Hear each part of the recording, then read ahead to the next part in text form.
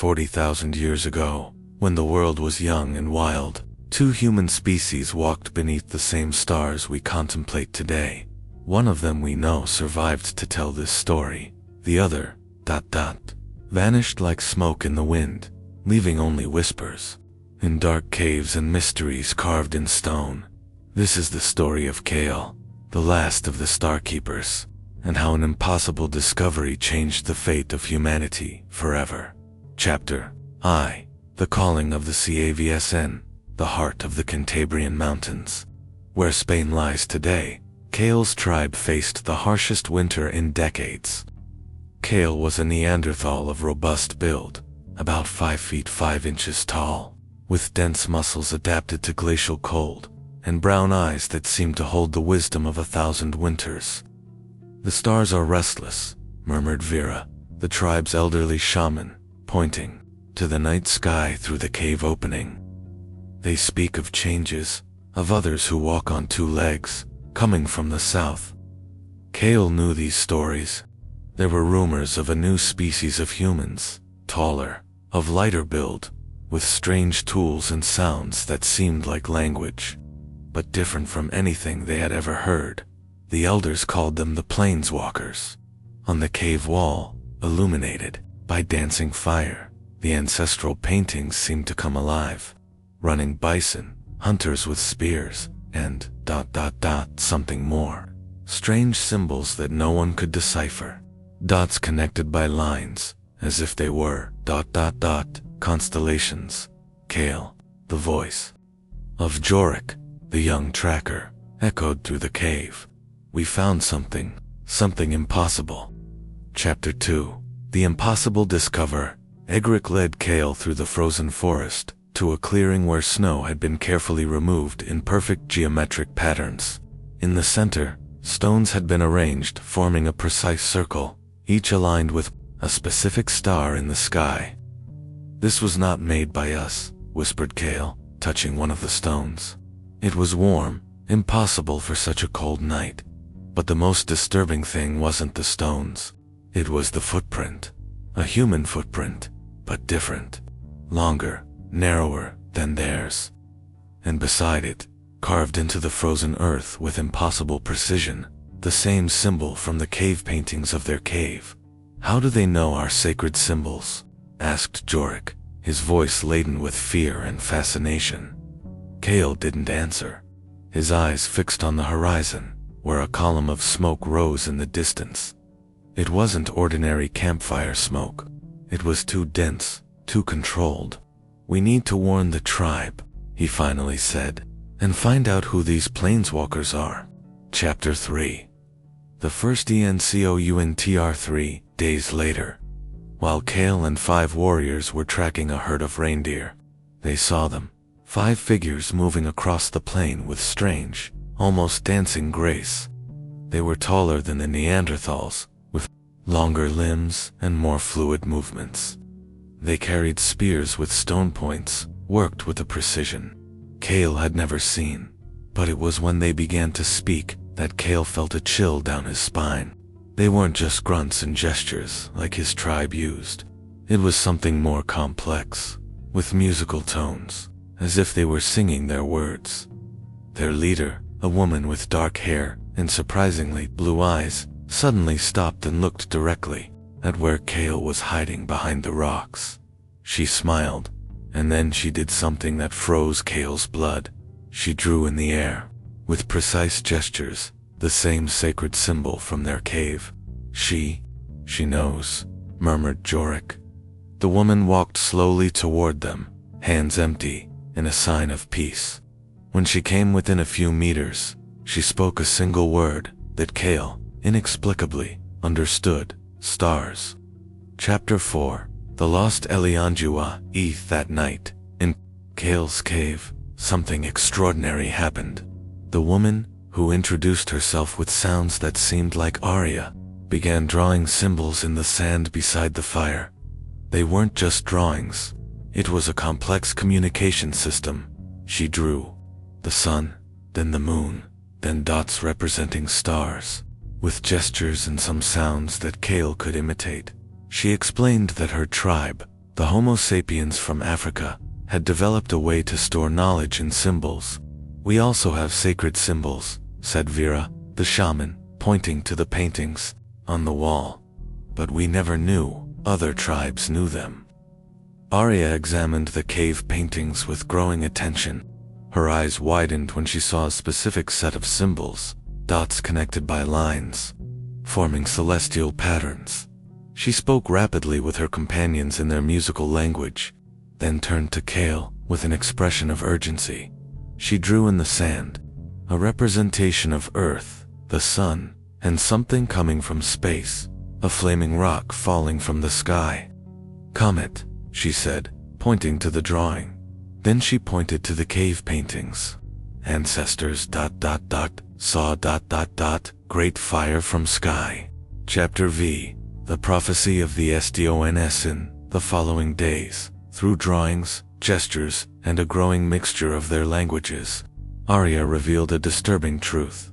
Both tribes, Neanderthals and Homo sapiens, kept the same ancestral legends about visitors from the stars. Thousands of years ago, their ancestors had witnessed something extraordinary, lights in the sky that were not natural, and knowledge that had been passed down through generations. "But there's something more," said Vera, after carefully studying Arya's drawings. "Our ancestors didn't just see the visitors, they left instructions." The shaman led everyone to the deepest part of the cave, where the oldest and strangest paintings were carved. With the help of Arya's symbols, they could finally decipher them.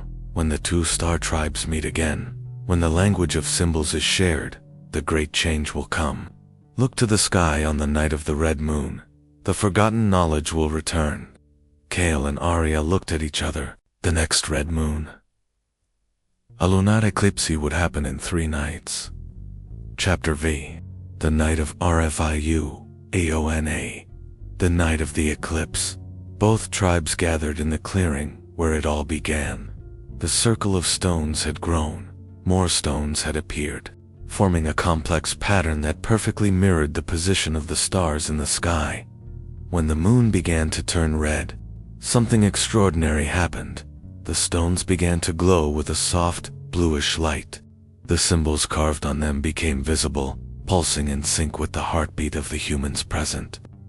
"My ancestors," whispered Arya, her voice full of reverence and fear.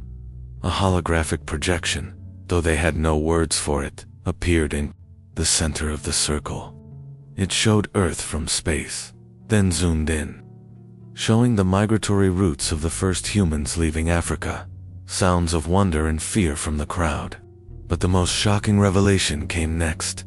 The projection showed that both Neanderthals and Homo sapiens had been helped in their evolution by visitors from another world. Not created, but ... guided. Like gardeners tending promising plants. Chapter 7. The final Kaiatis continued, showing the future to possibilities. In the first, the two human species would continue competing for the same resources, leading to the extinction of the Neanderthals and the forgetting of ancestral knowledge. In the second, they would unite, combining the strength and resistance of the Neanderthals with the creativity and adaptability of Homo sapiens, creating a more complete and wise humanity. "We must choose," said the voice coming from the projection, not heard, but understood directly in everyone's mind. "This is the last chance to preserve the knowledge of the stars." Kael looked at Arya, then at his tribe, then at the starry sky. The decision they made that night would determine the future of all humanity. "Sound of intensifying wind. If we choose to unite," said Kael slowly, "our tribe as we know it will cease to exist.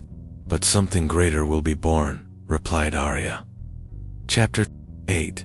The sacrifice of the Guardianes. Vera was the first to speak. "I am old. I have seen many winters, but I have never seen anything as important as this choice." The shaman walked to the center of the glowing circle. "Our ancestors entrusted us with the knowledge of the stars. If it is necessary for our tribe to mix with another to preserve it, then let it be done." One by one, the Neanderthals of Kael's tribe agreed. It wouldn't be easy, their traditions, their ways of life, everything would change. But the ancestral knowledge would be preserved. Arya and her tribe made the same choice. When everyone agreed, something magical happened. The two languages, the expressive grunts of the Neanderthals and the musical sounds of Homo sapiens, began to merge, creating a new, richer and more complex form of communication.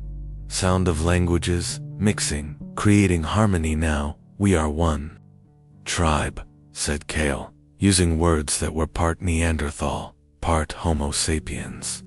Now we are the true Starkeepers, replied Arya. The projection disappeared. The stones returned to normal, but the knowledge remained.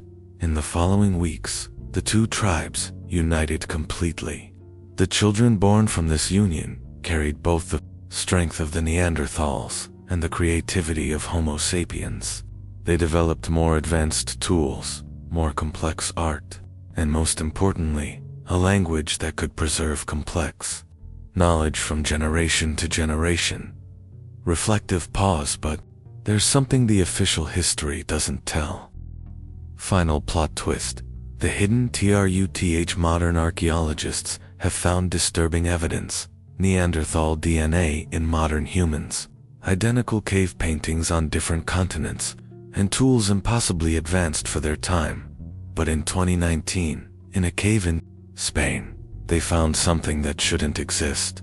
A circle of stones 40,000 years old, each perfectly aligned with constellations, and in the center, carved in rock, a star map that could only have been made by someone who saw Earth from space. The symbols found in this cave are identical to those appearing in ancient monuments around the world: Stonehenge, the Nazca lines, the pyramids of Egypt, and at the end of the star map, there's a message in a language that mixes Neanderthal and Homo sapiens elements, a language that shouldn't exist, but which linguists have managed to partially translate. When you are ready to return to the stars, the Guardians will reveal themselves again.